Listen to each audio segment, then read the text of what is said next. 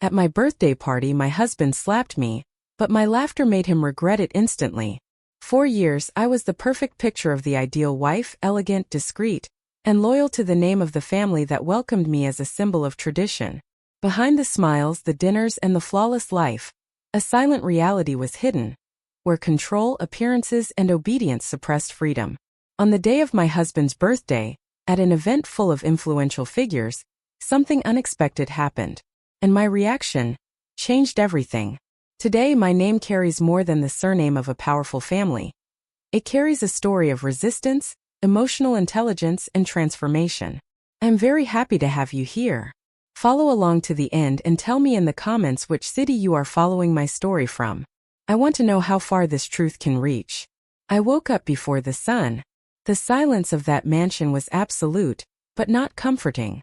In every corner, luxury displayed itself like a veil over constant surveillance. The cold marble under my feet was more sincere than the smiles I distributed at breakfast. I was the perfect wife, but even perfection needs rehearsals. And I rehearsed every day. As I crossed the hallway to the main bedroom, I noticed the microcameras embedded in the decoration details. Small black dots hidden in the frames, in the light fixtures, even among the books. Nothing was left to chance. The Bradford mansion was a showcase for the right eyes, and a golden cell for me. Every step of mine required calculation. Nathaniel was still sleeping, perfectly symmetrical, as if his sleep also obeyed some invisible pattern. I smiled as I was supposed to smile, even without witnesses. The mask needed to be part of me, even in moments when no one was looking, because I was never sure when I was truly alone. The control here was subtle but total. I put on my silk robe, adjusted my shoulders, and looked at myself in the mirror. That was a role, and I was a full-time actress. Nothing escaped the script except what happened in a single place in the house. It was there that I could breathe and prepare. Every smile of mine was a calculation. At the back of the closet, between shelves of designer brands and imported perfumes, there was a false hatch that I installed myself. Behind it, a tiny space, lined with a lead blanket and isolated from any frequency. It was the only place without Margaret's eyes. And there, alone, I became who I really was. Elise. Lawyer. Victim. Spy. I opened my protected notebook, and the documents jumped onto the screen like open wounds. Between receipts, invoices, and contracts, numbers danced outside the lines. Ghost subsidiaries, triangulated deposits, movements to tax havens. Margaret was meticulous, but even she could not erase all the tracks. And I had already learned to read between the lines.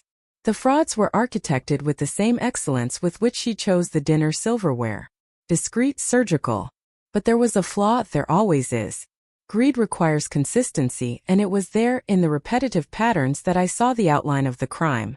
As a lawyer, I knew every loophole. As a daughter-in-law, I knew every vice of the matriarch. I copied the documents onto a tiny external hard drive, disguised as a pendant. The first piece was on the board. It was risky but necessary. Margaret always relied on the silence of those around her. I would be the noise she did not foresee. It was just the beginning of the rot. I remember exactly the moment when the pieces began to fit together. It was during a routine meeting with William, the cousin everyone considered too loyal to be useful. But he made a mistake. He cited a contract clause that I had never mentioned. And worse, he seemed not to realize that he had leaked confidential information. That night, I began to suspect that my privacy was just an illusion. I observed Nathaniel's habits with more attention. How he reacted to specific phrases, to tones of voice, how he changed posture with subtle commands. Something about him was wrong. It wasn't just coldness, it was programming. And that terrified me. I spent weeks putting together a silent plan. I avoided leaving tracks, digitized everything offline, and hid evidence where no one would dare to look. I used my education, my coldness, and every inch of my suffering as fuel. While everyone applauded me as the ideal wife, I was an observation machine. The decision to act did not come from an emotional explosion, but from a succession of silences. The type of silence that kills. I did not want revenge. I wanted justice. And it would come at the most strategic moment possible. My plan was simple. Expose the empire at the most public moment possible. While filtering hidden files inside folders hidden on internal servers, A name caught my attention.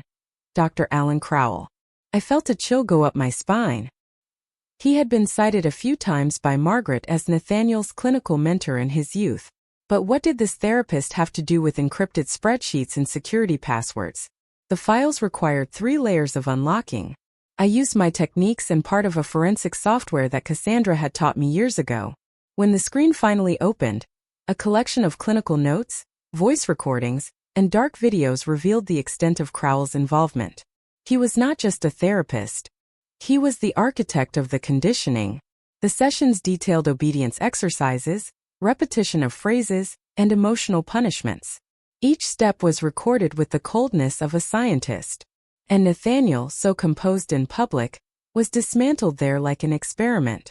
At 12 years old, he was already trained not to have a will of his own. Commands to protect the legacy were inserted like viruses. My indignation turned into something denser. Clarity. Everything he was, the lack of affection, the controlled gestures, the absence of doubt, did not come from nowhere. He had been molded. And Margaret had supervised everything. He wasn't just cold. He was conditioned. I watched the videos for hours. With every new recording, more fragments of the Nathaniel I knew fell to the floor of my consciousness. It was not a coincidence, it was engineering. In one of the files I heard Crowell say, "Trigger number 3, if she threatens the family name, protect the legacy." The phrase sounded too familiar. The worst was realizing that Margaret had done this out of love. Behind the scenes of the recordings she appeared smiling, saying that Nathaniel would be the ideal heir, that he needed to be strong, immune to emotional failures. Her love was a mold, and her son merely clay. All his coldness came from this dark origin. Understanding this made me see that my war was not just against a financial empire. It was against a perverse psychological architecture. Nathaniel was not my enemy. He was a result. And I now carried the responsibility of freeing him, even if he didn't know he needed to be saved. He was the perfect puppet.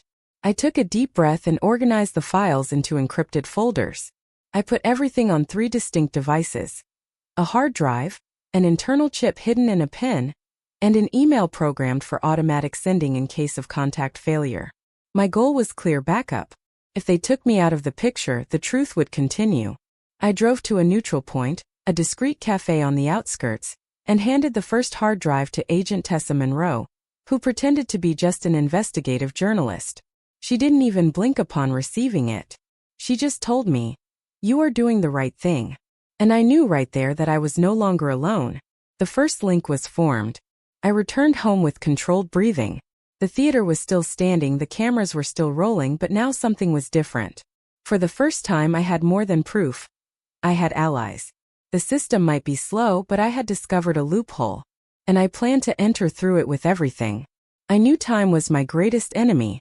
Margaret was fast and cruel. And if she smelled my insubordination, she would cut my voice before I said a word.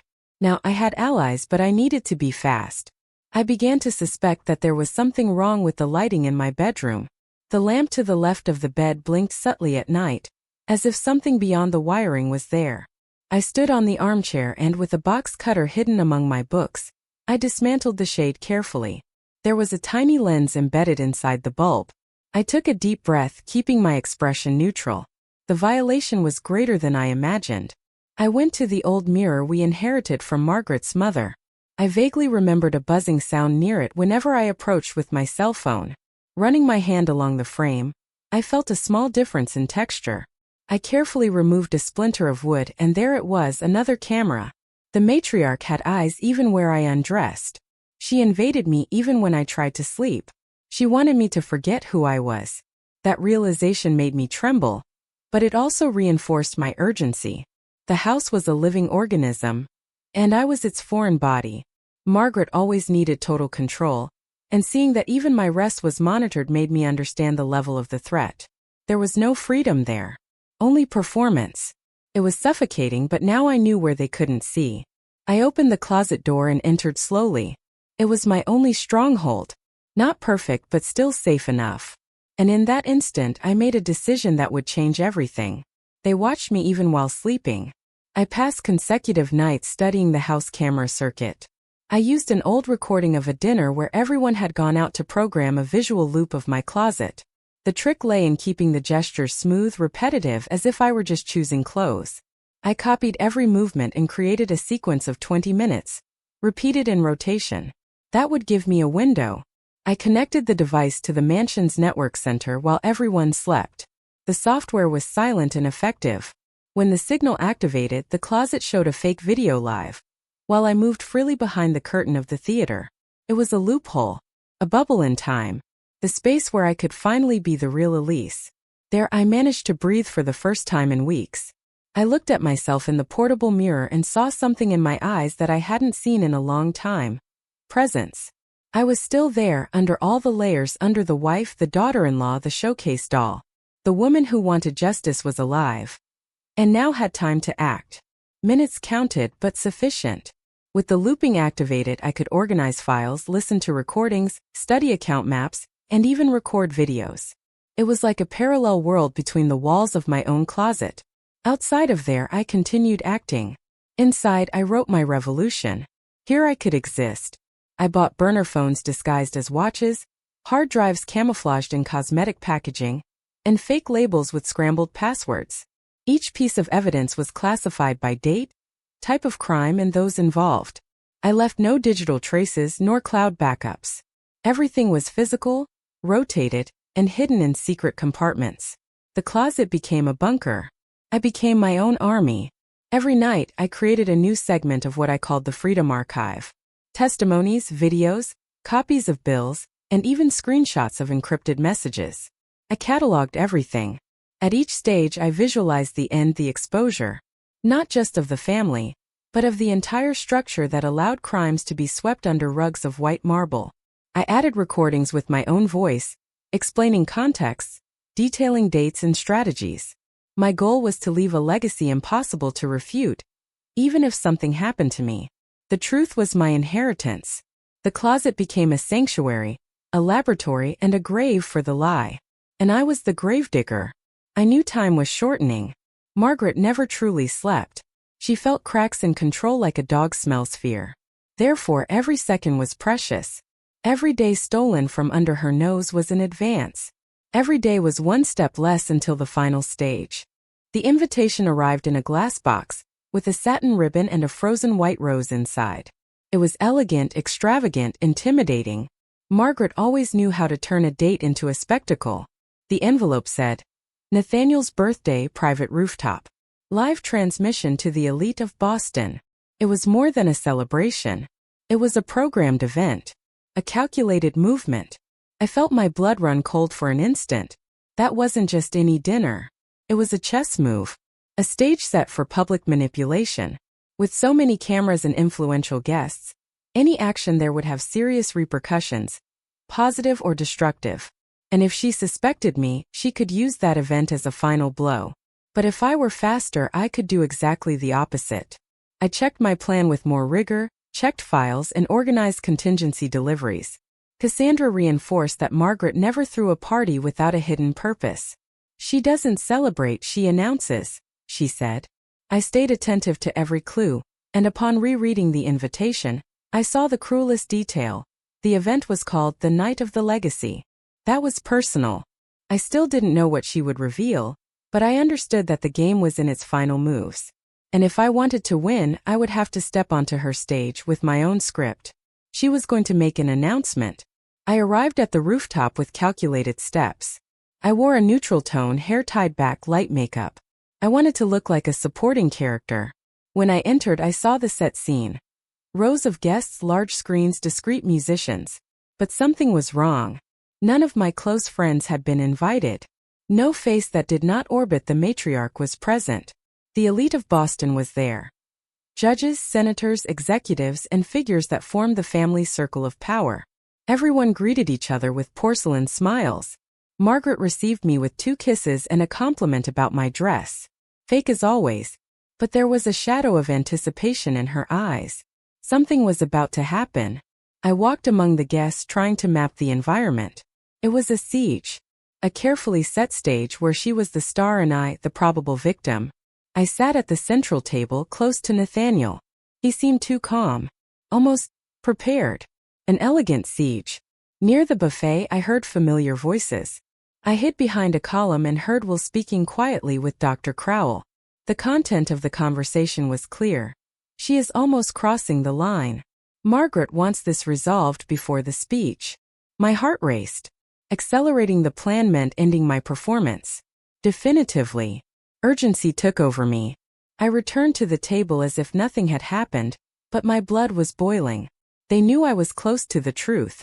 And they wanted to silence me there, live in the middle of the aristocracy. I needed to turn the game around before the blow was struck. There was no more margin to hesitate. Nathaniel looked at me as someone who saw nothing beyond the surface. But now I knew what was behind that empty look. And I knew he carried commands hidden in harmless phrases. The stage was ready, and all eyes were on us. The night was armed. The sound of clinking glasses echoed across the rooftop when Margaret stood up, dressed in a golden dress that seemed to shine more than the city lights. She held the glass with the elegance of a queen and smiled with a rehearsed tenderness. Her voice resonated clear and affectionate. Today we celebrate not only the man my son has become, but the woman beside him. For a moment the guests applauded. She turned her face to me. Dear Elise, she continued, looking into my eyes with a cold shine. You brought stability, intelligence, and silence. You always knew your place. A rare jewel. The word silence burned me more than any insult. That wasn't a compliment. It was a veiled reminder that my utility came from my submission. The audience, without realizing it, smiled. Her voice began losing the festive tone and gaining a strange solemnity. You are the pride of the family, she said finally, deliberately, as if it were a final seal on an invisible contract. The phrase hung in the air. Glances turned to me, waiting for my reaction. I smiled slightly, thanking her while inside everything in me screamed. You are the pride of the family. Nathaniel approached discreetly. The party continued with light music in the background, but I noticed when Margaret leaned toward him. She said something quietly, so quietly that only he heard, but his face changed instantly. I saw his shoulders harden. His eyes blinked twice, a gesture he always made before repeating a memorized command. He turned to me as if he had been rebooted. I felt a shiver. There was no way to stop what would come next. Margaret smiled discreetly at the guests and went back to talking with the senator. As if nothing was happening, Nathaniel took 2 steps in my direction, and for the first time, I didn't see my husband. I saw the machine they made of him. His eyes were fixed, empty, obedient, as if the command had activated something buried deeply. He muttered the phrase I recognized from the archives. Protect the legacy. It was almost inaudible, but I had heard that before in the sessions with Crowell. It was a code, an authorization to act, a trigger buried in his psyche, trained to activate violence disguised as duty. Margaret had given the signal, and Nathaniel, as always, obeyed. Protect the legacy. He raised his voice, attracting everyone's attention. She doesn't deserve to be here. She is destroying everything we built. His words cut the air like knives. I tried to retreat, but he advanced quickly. His hand hit my face with force and precision. The sound echoed louder than any music. My head turned, my body stumbled, and for a second everything stopped. The physical impact was less than the emotional one. The guests froze. Some glasses shattered on the floor. Margaret pretended surprise, but her eyes had a satisfied gleam. Nathaniel's face remained expressionless, as if nothing had happened. The slap wasn't out of fury. It was out of obedience. I was bleeding, and no one knew what to do. The hall fell silent. The pain pulsed on the side of my face, but it wasn't that which moved me. It was something older, deeper, something that came from the silence of years, from the weight of so many contained days, from the fatigue of pretending. I stood up slowly, feeling the taste of blood in my mouth, and began to laugh. Not a hysterical laugh, but a release. The laughter of someone who knows she won at the moment she should have fallen. Margaret looked at me, perplexed, as if my reaction wasn't in the script. Nathaniel took a step back, as if he didn't know what to do. My laughter grew. And then I looked directly at the central camera, which was broadcasting everything live. Thank you, Margaret, I said. You activated the last element of my plan. The remote audience was watching the truth emerge in real time. Everything was recorded. I I raised my cell phone and showed the screen with a message. Security transmission in progress. The files had already been sent. To the FBI. To the SEC. To the press. For years I collected everything. Fraud, manipulation, laundering, psychological conditioning. Every abuse recorded. And today, with the command you gave, Margaret, you sealed everyone's fate. My voice was calm. I didn't need to fear anymore. They had exposed themselves. The faces around began to change. Senators, investors, magistrates. Some looked at the exit. Others tried to erase their expressions of astonishment. But it was too late. You lost the script, I added. The audience, who previously applauded the matriarch, now observed her with eyes of doubt and fear. The perfect empire began to crumble. You lost the script. In seconds, cell phones began to vibrate. 1, 2 dozens. News alerts, emergency emails, notifications. The truth was exploding in the palm of the guest's hands. Headlines appeared. Investigation hits Bradford Empire. Abuses documented by family's daughter-in-law. Mental conditioning and billionaire frauds exposed. The reaction was a ballet of shock and disbelief. Some guests stood up, tried to disguise it, but they were being filmed. No one wanted to be seen fleeing. Others, like Judge Everett, crossed their arms and remained. They knew that this was history. And they knew the time had come. Margaret remained motionless. Nathaniel seemed lost, as if the absence of commands left him without ground. The fine rain that began to fall on the rooftop seemed to announce a new time. The farce had been broken. The violence exposed. The truth transmitted. And the world was watching. Now it was no longer about me. It was about the system I was about to dismantle. The FBI is coming. The sound of the elevator interrupted the chaos disguised as a party. All eyes turned to the brushed steel door that opened with an almost ceremonial click. Agent Tessa Monroe entered, dressed with discretion but emanating authority. Her federal badge shone under the artificial light of the rooftop. She didn't smile. She just walked to the center as someone who already knew that stage was hers. Behind her, 3 uniformed agents isolated the exits with a firm but silent posture. Margaret stood up slowly, not understanding if she was the hostess or the defendant. I observed everything with a racing heart but at peace. Years of preparation led me to that instant. Tessa stopped before the matriarch and announced clearly, "Margaret Bradford, we have a federal search and retention warrant." The murmur that spread among the guests was stifled by another, even more impactful phrase. "This property is from now on under federal jurisdiction. No one enters. No one leaves." It was the moment I rehearsed countless times in my mind, but which, upon becoming concrete, seemed even more powerful. The elite of Boston froze in discomfort. Glances sought refuge in one another. But there was nowhere to run. The known faces, judges, politicians, businessmen, were exposed. Margaret tried to maintain her posture, but her eyes hardened. The empire she built with velvet fists began to dissolve in the shine of justice. No one leaves. With the big screen still on, I walked to the center of the structure and asked for the microphone. My fingers trembled slightly, but my voice was firm. "My name is Elise Bradford. For 7 years, I have been on this invisible stage as a wife, daughter-in-law, part of the legacy. Today I stop representing. Today I present." The guests looked at each other. Some incredulous. Others simply afraid. I touched the tablet screen and projected the first slide. Fake contracts, shell companies, transfers to accounts linked to campaigns. Here are the documents that link Margaret and Will Bradford to tax fraud and money laundering through philanthropic foundations. The second slide showed the network of financial movements between trusts on 3 continents. And here, the accounts in the Cayman Islands. The names and values exploded on the big screen. Some people left discreetly from in front of the camera. No one wanted to be associated with that now. I continued. These accounts operate under the code Solace.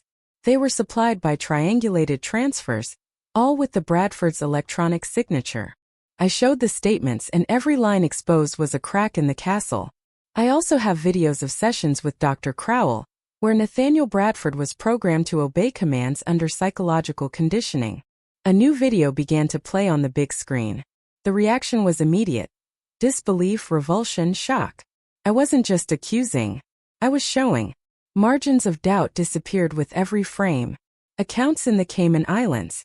Code Solace. I saw Nathaniel in the distance, leaning against the wall motionless. His face, previously stoic, was now emptied of expression. His eyes wandered unfocused, as if his mind was trying to find an anchor that no longer existed. I approached slowly. When he looked at me, there was something new there, an interior tremor about to break the surface. It was like seeing the ground crumble under his own feet. He muttered disconnected words. No. It can't be. His hands shook. His breathing irregular. Margaret tried to reach him, but he pulled away.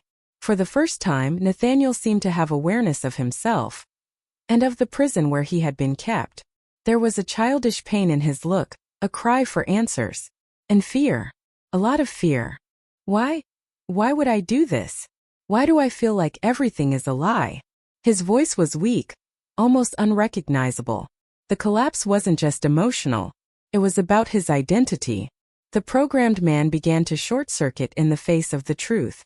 Margaret, pale, took a step forward, but Nathaniel stopped her with a gesture. And then, staring at her, he shouted, "You broke me since I was 12 years old." The phrase cut the air. It silenced even the devices. It wasn't just an outburst. It was a sentence.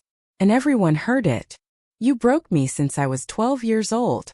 Margaret did not allow herself to crumble so easily. Even though visibly affected, she raised her chin and walked with calculated elegance to the center of the hall. Her tone was soft, measured, and for that very reason poisoned. "I deeply regret the regrettable scene we witnessed. This is not my family." Elise is confused, disoriented, and clearly needs clinical help. The uncomfortable silence was filled by her words like a cheap perfume trying to hide the smell of rot. She suffered losses. She has a history of anxiety, and I believe she is going through a breakdown. Margaret walked among the guests, theatrical, like an actress who dominates the stage. "I love my daughter-in-law, but this collapse needs to be treated with seriousness." She pointed to me as someone offering compassion, but diluting credibility. She built a narrative to justify her instability. "I just want her to receive professional support." I saw hesitant faces, some still confused, but all without the courage to intervene. It was a desperate attempt to regain control with the only resource she had left, the manipulation of perception. But I was ready for that too. I took a deep breath and raised the tablet again. Here are the toxicology reports from the last 3 months. The big screen showed graphs. All reveal the presence of benzodiazepines and sedatives in my bloodstream, even without a medical prescription. I presented images of the cups served by Margaret. She needs medical help. With a gesture, I changed the videos on the big screen. Now they were the recordings from the hidden cameras I installed in the closet myself. Images of Margaret manipulating the infusions, tampering with the bottles. She drugged me, slowly, silently, while accusing me of being unstable. The audience reacted with loud murmurs. Her theater began to crumble under the weight of the evidence. And more. I opened the file of the sessions with Crowell. This man was hired by Margaret to mold her son since he was 12 years old. Here are the sessions where he is conditioned to protect the legacy at any cost, including with violence. I showed the transcript of the trigger activated the previous night. Her words echoed now as a public confession. Margaret tried to snatch the microphone from my hands, but Agent Monroe intervened firmly. "Touch anyone else and you will be detained for obstruction." The matriarch stepped back, finally without a shield. The evidence piled up like stones on her empire. And she, queen of a farce, found herself alone. Her court evaporated before reality. "You drugged your own daughter-in-law, Margaret." My voice was now a steel wire. "And you trained your son like an obedient dog." The silence was total. No one applauded. No one defended her. There was only shame, fear, and disbelief. "You drugged your own daughter-in-law." Nathaniel remained motionless. His eyes, previously fixed on the floor, now sought mine. There was a fragility there that broke me inside. He took 2 slow steps toward me, as if he were crossing an abyss of himself. I don't know who I am, Elise." His voice was low, true, naked. "I don't know if I was a victim or an executioner." For the first time, his eyes did not carry the weight of obedience but of doubt, of emptiness. The structure Margaret had built in his mind had collapsed, and now remained a man stripped of all imposed identity. He seemed small in the face of everything, not in stature but in essence, as if he had been torn from within himself. He extended his hand, fragile, almost imperceptible, and asked like a lost child, "Can you help me?" I didn't answer immediately. I looked around and saw that, in the end, only we two remained, those who survived her plot. He wasn't innocent, but he was part of the damage. And in that moment I needed to be bigger than my pain. Help me understand what I am. And that phrase echoed stronger than any scream of accusation. Help me understand what I am. 6 months later, the courtroom was packed. Photographers fought for space at the door. The case of Margaret Bradford against the United States had gained historic dimensions. I sat in the first row with my hands clasped and my soul in suspension.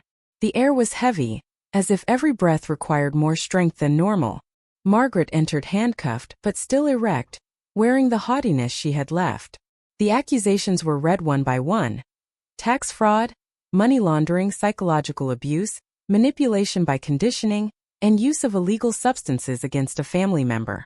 The jurors observed her with a mixture of disbelief and contained repulsion. The prosecutors detailed the scheme, from the disguised accounts to the psychological commands implanted in Nathaniel. Margaret's eyes finally avoided mine. Judge Matsuda presided with inflexible serenity. No attempt at dramatization by the defense managed to move the jury. The evidence was solid, linked, irrefutable. And when the SEC expert showed the trust fund diversions, the room breathed in unison. The movements total approximately $480 million over 2 decades. Some audible "my gods" echoed in the chairs. Margaret showed no reaction, but I saw her jaw clenched. That figure represented more than the embezzlement. It represented the foundations of the empire she built. $480 million. In the second week of the trial, the testimonies began. First, Cassandra. Her voice didn't tremble. She narrated her expulsion from the family at 19 for refusing to follow the script. She spoke of the mandatory tea, of the phrases that repeated like hymns, and of the family meetings disguised as behavioral rehearsals. It was the first real voice that court heard. Then Will. With a more cautious but firm voice, he confirmed the existence of fake contracts and showed emails he exchanged with Margaret and Crowell about reaction protocols. He admitted his participation as a legal operator but claimed he only understood the extent of the crimes upon seeing the conditioning videos. His collaboration would help reduce his sentence, but it didn't clear his conscience. The most impactful testimony came from Dr. Alan Crowell. Without a mask of regret, he spoke as someone who merely exposes the method. "I was paid for 23 years to mold an obedient man," he said. He pointed out the protocols, described how every command was inserted with repetition and traumatic associations. The court fell into absolute silence during his entire speech. I took a deep breath. I heard those words and wondered how many lives he had reconfigured, and how many like mine were mined by invisible manipulation. But now, finally, everything was coming to light.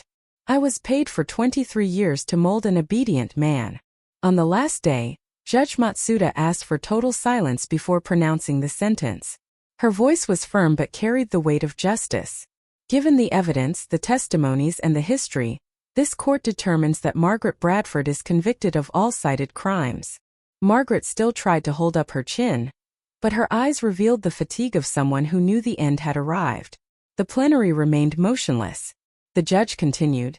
The defendant will be sentenced to 28 years in prison under a closed regime, without the possibility of reduction. Some people began to cry discreetly. Others just lowered their heads. Margaret remained silent. She did not ask for forgiveness. She did not make a speech. She was taken away handcuffed with firm steps, but without direction. I looked at Nathaniel sitting behind me. He was crying too. But it was a different cry. A weeping of someone who didn't know if he cried for relief, grief, or guilt. He said nothing. But he held my shoulder for an instant before leaving. In that silent gesture there was more than words could translate. Justice had been done. Not just for me but for everyone who was silenced by that family. Margaret had finally received the sentence she denied others. 28 years. Without possibility of reduction. I left the law firm office in the same dress I wore on the day I was hired. A symbolic ritual of farewell. For years, I represented companies, contracts, and interests that never belonged to me. Now, another story was beginning. To found the Cognitive Liberty Legal Foundation was more than a legal project. It was my rebirth. We installed the first office in Boston, in a modest building but full of windows. I wanted light. No marble, no secrets. The foundation would offer free defense for victims of psychological manipulation, institutional abuses, and chemical coercion. It was a gray area of the law, but I knew every loophole, and I was ready to face them all. I assembled the team with people who understood what it meant to have one's mind hijacked. Lawyers, therapists, former police officers, all with stories of overcoming. The Bradford case gave us visibility. We received donations, academic support, and even invitations to lectures. But more importantly, we began receiving real victims. Women, men, young people. All with looks that I recognized. With every consultation, I felt that something inside me aligned again. For the first time, my pain had a public function. My story was a basis for change. My new mission began. Nathaniel, now officially James, appeared a month after the foundation opened its doors. He wasn't wearing a suit anymore. He wore common clothes, almost without identity. He entered without announcing himself and waited for me to finish a consultation. When we finally sat down, he took a document from his pocket. My part of the inheritance. It's here.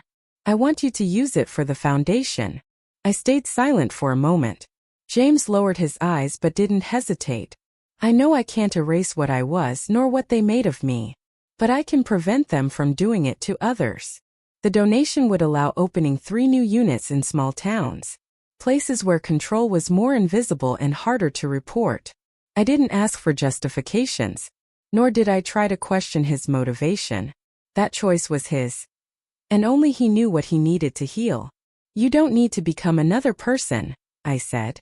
You just need to decide what to do with who you became.